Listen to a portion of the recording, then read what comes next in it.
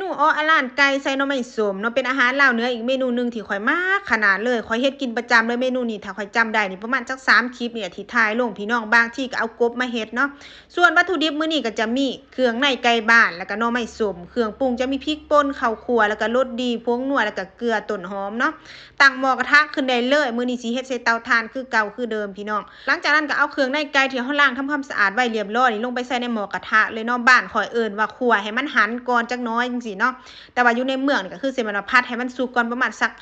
30%บ่50%ก็ว่ากันเนาะแล้วหลังจากนั้นก็สิใส่ด้วยหน่อไม้ส้มที่เฮาล้างทำความสะอาดเนาะแต่ว่าเมนูนี้ต้องระวังเรื่องหน่อไม้ส้มเนาะถ้าสมมุติว่าเฮาบ่ได้เฮ็ดเองไปซื้อตามท้องตลาดนี่ต้องล้างแน่หรือว่าต้องชิมเบิ่งเนาะว่ามันเค็มบ่เนาะถ้ามันเค็มหลายเฮามาเฮ็ดนี่มันบ่แซ่บพี่น้องใส่หน่อไม้ส้มแล้วก็ใส่น้ำตื้มลงไปให้น้ำมันท่วมไก่แล้วก็ปรุงรสด้วยเกลือผงนัวรสดีใส่แต่ซ้ำนี่พี่น้องแล้วก็ปิดฝาต้มไปจนกว่าไก่มันจะสุกหรือว่าไก่มันจะเปื่อยเนาะถ้าสมมุติว่าผู้ใดมีความรู้สึกว่าบ่ต้องการไก่เปื่อยก็เอาที่ว่าไก่สุกพอบ่อันตรายกันแล้วล่ะพี่น้อง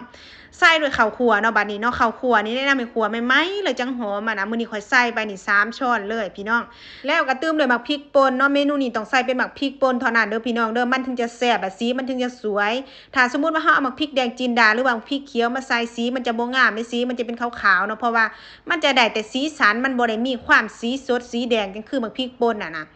ใส่ข้าวคั่วแล้วก็พริกป่นลงไปแล้วก็คนๆจนให้ข้าวคั่วมันเขาเอิ้นว่ามันข้นขึ้นเนาะแล้วก็จังสิตื้มด้วยต้นหอมบัดนี้ที่หั่นไว้แล้วต้นหอมเป็นต้นหอมหอมบัวหอมใบธรรมดานี่ล่ะพี่น้องสีสันและหน้าตาแกงอ้ออลานบ้านเกิดเมืองนอนข่อยมันก็สิเป็นจังซี่พี่น้องเวลาที่ข่อยเฮ็ดลงไปก็มีหลายคนให้ความสนใจสำหรับเมนูนี้ต้องกินกับผักสดพี่น้องคือบอกเลยว่าเลิศแห้งผักสดนี่แล้วแต่ผักที่ว่าเฮามักได้เลยเนาะมื้อนี้ข่อยเลือกเอามาก็คือมีบักเขือบักกระเจี๊ยบแล้วก็ยอดบักฮุงเนาะกับผักกาดดองแล้วก็รากผักสู้หัวปีพี่น้องหมดนี่ข่อยสิกินผู้เดียวเลยเพราะว่าเฮียเราบ่กินนำเมนูนี้เราบ่มักเนาะไม่ดองผักสดนี่เวลาเฮาสิกินเฮาก็ต้องล้างทำความสะอาดให้มันดีเดี๋ยวมันบ่คือผักลวกเนาะบางทีมันก็จะมี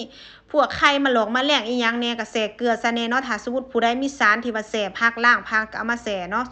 ความรู้สึกส่วนตัวเวลากินผักสดนี่ต้องล้างให้มันละเอียดเลยหลังจากนั้นเฮาก็มาจัดจานได้เลยพี่น้องสำหรับเมนูนี้ถือว่าเฮ็ดง่ายเนาะสิเอาซีนหมูซีนไก่ซีนปลาซีนหยังมาเฮ็ดก็ได้เบิดเลยแต่รับประกันความแซ่บความหอมนี่บ่ให้เว้าเลยเนาะส่วนตัวนี่เป็นคนมักกินผักหรือว่ากินอาหารบ้านๆแบบนี้อยู่แล้วนี่คือเลิศแห้งเนาะกินกับข้าวเหนียวฮ้อนๆนี่คือถือว่าแบบสุดยอดอีหลีเนาะคิดฮอดบ้าน